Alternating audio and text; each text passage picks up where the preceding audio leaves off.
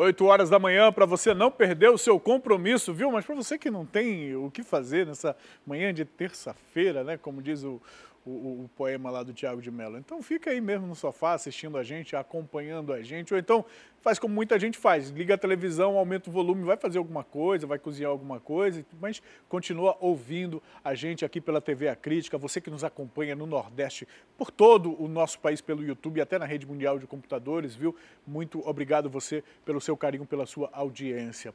8 horas e 1 minuto, deixa eu trazer um pouco as informações já no âmbito nacional, mas que tem a ver conosco aqui, diretamente com a gente, viu? Porque o governo federal prepara um plano de ações de monitoramento e combate às queimadas e proteção ao meio ambiente com governos estaduais. Para isso, 10 ministros se reuniram ontem com alguns governadores da Amazônia Legal.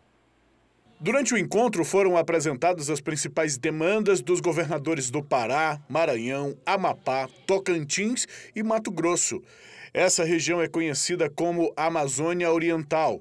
A reunião foi para discutir as queimadas. Nós temos, por exemplo, uma demanda de que nós fizéssemos, após vencido esse episódio, um monitoramento continuado do que ocorre em termos de queimada, do que ocorre em termos de desmatamento, se utilizando, por exemplo, da estrutura que as Forças Armadas brasileiras têm.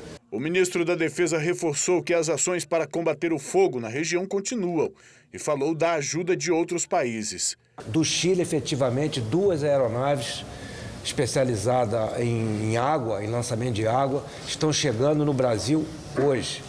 E as outras 2 virão em seguida.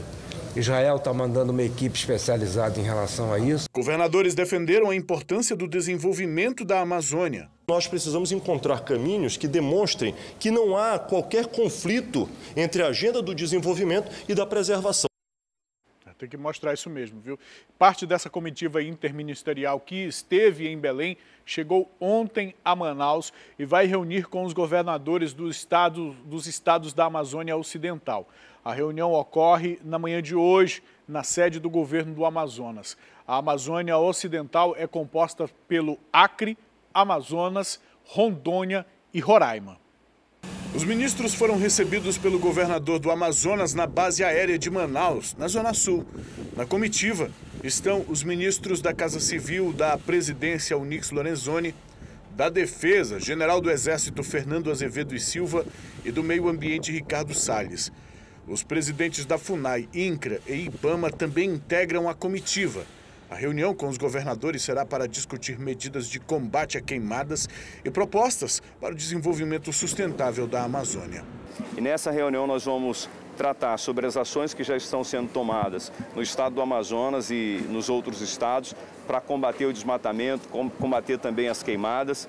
Agora, mais importante que tudo isso é começar a pensar futuro, porque ano que vem nós vamos ter uma situação muito parecida se nenhuma ação efetiva for tomada. E para isso nós precisamos avançar em algumas questões que há muito tempo faltaram os encaminhamentos necessários, como regularização fundiária, zoneamento econômico ecológico, estrutura mínima de produção e de desenvolvimento sustentável para a nossa região, o fomento a algumas cadeias, para que efetivamente a gente possa dar condições de sobrevivência para o cidadão que mora aqui.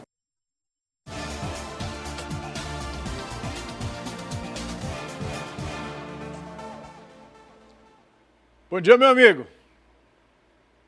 Eu não ouvi o Dante, eu não ouvi o bom dia tá dele. Me ouvindo? Opa, agora eu tô te ouvindo, sim. Muito então vou até bem. repetir. Bom dia, Manuel, tudo bem? Meu amigo, eu tô vendo aqui aí sobre a sua mesa, além do jarro de flores, enfim, você sabe que... Eu achei que você ia trazer um novo para mim de São Paulo, rapaz. Não deu tempo, meu amigo. Foi uma estadia corrida por lá, muito dá. estudo, viu? Muito estudo. E aí, eu tô vendo o Jornal A Crítica em cima. Tu sabe, a gente pode colocar o Manaus Hoje aí? Eu não sei nem se pode falar do Manaus Hoje. Pode, eu acho que pode, claro. Grupo, né? É tudo da casa. É tudo da casa. Por causa dessa promoção do Manaus Hoje aí, esse negócio desse apartamento, até eu fiquei com vontade de concorrer. Pena que a gente não pode por ser funcionário, né? Mas dá pra passar por todos os vizinhos ali pra pelo menos ser convidado, né? Deixa eu ir direto ao assunto, a diretora tá falando no meu ouvido aqui, a gente não tem mais tempo.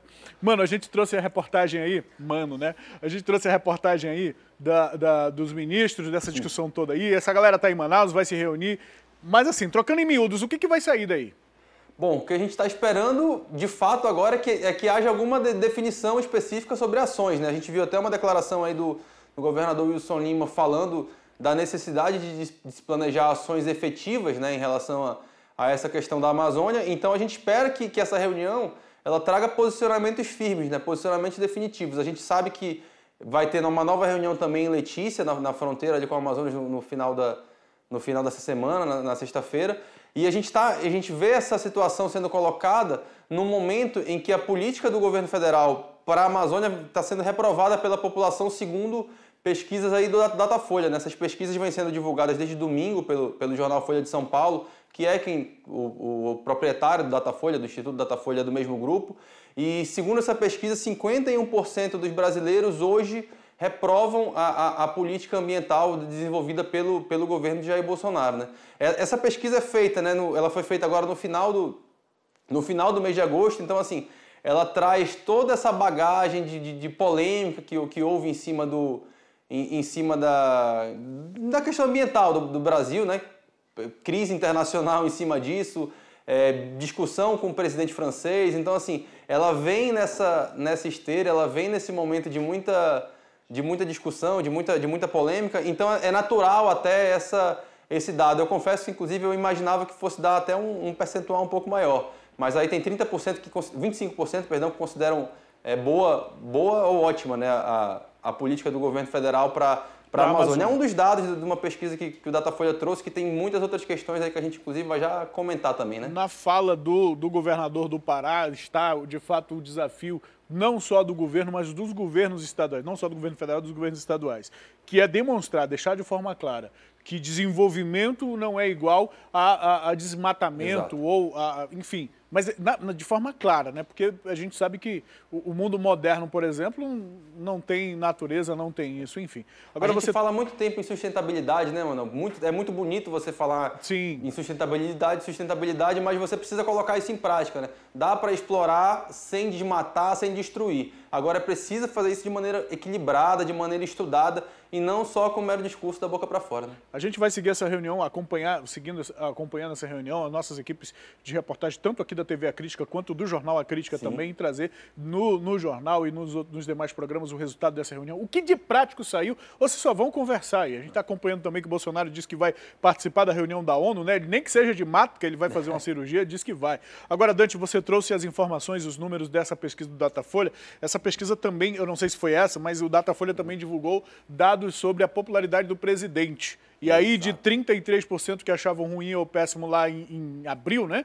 Esse número subiu para 38%, foi isso mesmo? Subiu para 38%, um crescimento aí acima da margem de erro da pesquisa. A margem de erro da pesquisa é de 2 pontos percentuais, né? Então, quando você vê esse crescimento aí, também na esteira dessa situação, é importante a gente lembrar que esse dado de abril, esses 33% que consideravam ruim ou péssimo o governo de Bolsonaro, já era o pior índice para um presidente em primeiro mandato, né? Para esse período do ano, assim. Nenhum outro presidente, essas pesquisas, é importante a gente lembrar também, elas são feitas com todos os presidentes, tá? Porque tem muita gente que questiona, por que estão fazendo essa pesquisa agora? O cara perseguindo o presidente, né? É padrão, é praxe para você fazer um acompanhamento de como a população está reagindo às medidas, né?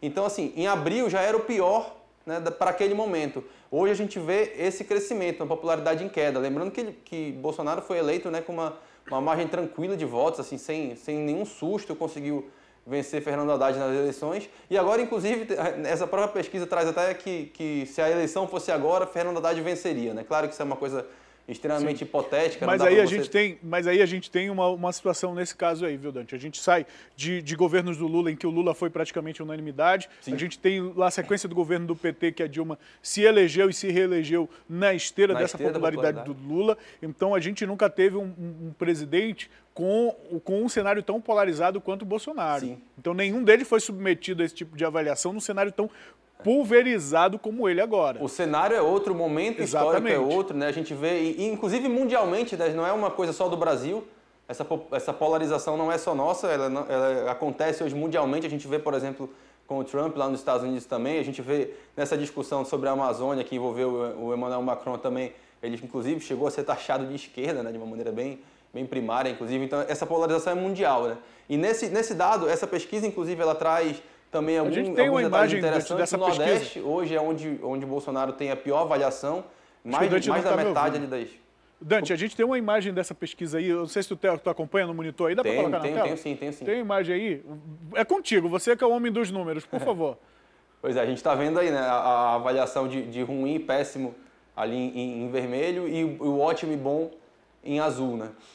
Em abril, o dado de ótimo e bom ele era superior, né? Hoje já inverteu essa posição, que mostra bastante, né? Que não é só que subiu quem está avaliando negativamente, mas caiu também quem avalia positivamente e também caiu acima da margem de erro, né? Caiu 3 pontos percentuais, a margem de erro é de 2. Agora, Dante, como é a avaliação? E aí eu posso estar enganado, porque é a minha opinião, tá? Deixa eu expor a minha opinião e a gente sempre se coloca no fogo quando dá opinião. O que eu vejo que é bom, digamos que a avaliação negativa em relação à Amazônia tenha interferido nesses números aí, o que eu vejo que é bom pra gente, que a gente está aí na iminência de uma reforma tributária, uma reforma tributária que pode colocar em risco a Zona Franca de Manaus, pode colocar, não estou dizendo que vai colocar, pode colocar. Exato, e essa centralidade da Amazônia no discurso traz o foco do mundo e do país e da questão política toda para cá, e pode ser que a classe política entenda a importância da Zona Franca para a preservação do nosso estado do Amazonas. Pode ser que esses números e que esse contexto seja traduzido em alguma coisa positiva para a gente, viu, Dante? Não sei se você concorda. Não, eu concordo sim, já vi inclusive, Manuel, essa opinião partindo de outras pessoas que acompanham esse cenário econômico aqui do Amazonas. É uma opinião bem interessante, bem fundamentada, que eu acho que pode dar para ser feito do limão aí uma limonada. Agora, dessa avaliação negativa, tem um outro ponto interessante também que é levantado na pesquisa, é que entre as pessoas entre 35 e 59 anos, a reprovação ao governo de Jair Bolsonaro ela chega a 44%. Por que isso? Né? Segundo os pesquisadores do Datafolha, quem faz aquela análise desses dados, ela diz muito por conta da reforma da Previdência. Né? Como a reforma da Previdência afeta diretamente essa faixa etária, esse efeito foi sentido também. Inclusive os mais pobres, né? Quem recebe até 2 salários mínimos também cresceu a reprovação. Então, justamente, a gente fala muito, essa questão da Amazônia está muito inserida, ela está muito presente nessa avaliação negativa, mas a parte da reforma da Previdência, tudo aquilo que foi aprovado e que gerou um temor entre as camadas mais pobres e quem já está ali perto de se aposentar, tem um efeito sentido aí claramente na pesquisa. Dante, muito obrigado pela conversa, pelo papo, pelas informações, pelo conteúdo a mais, meu irmão, e amanhã a gente se encontra por aqui novamente. Amanhã estamos aqui de novo. Um abraço, até mais. Eu sigo aqui no estúdio trazendo as informações do Noticiário Nacional, viu? O Ministério da Educação anunciou ontem o bloqueio temporário de mais de 5.600 bolsas de mestrado, doutorado e pós-doutorado. A medida vale já a partir deste mês. Hoje, a CAPES concede 211 mil bolsas no Brasil para incentivar a formação de recursos humanos e o desenvolvimento de pesquisas. Desse total, 92 mil são de pós-graduação. Com um bloqueio de mais de 5 mil bolsas de mestrado, doutorado e pós-doutorado, o governo federal prevê uma economia de 37 milhões de reais este ano. O critério utilizado para esse bloqueio é de bolsas não utilizadas, ou seja, com o objetivo de preservar todos os bolsistas em vigor, não retirar aqueles que estão... Então nós não estaremos substituindo e renovando bolsas a partir de setembro agora. A gente está buscando várias alternativas para tentar recompor esse orçamento para 2020, para que a gente não tenha nenhum tipo de prejuízo.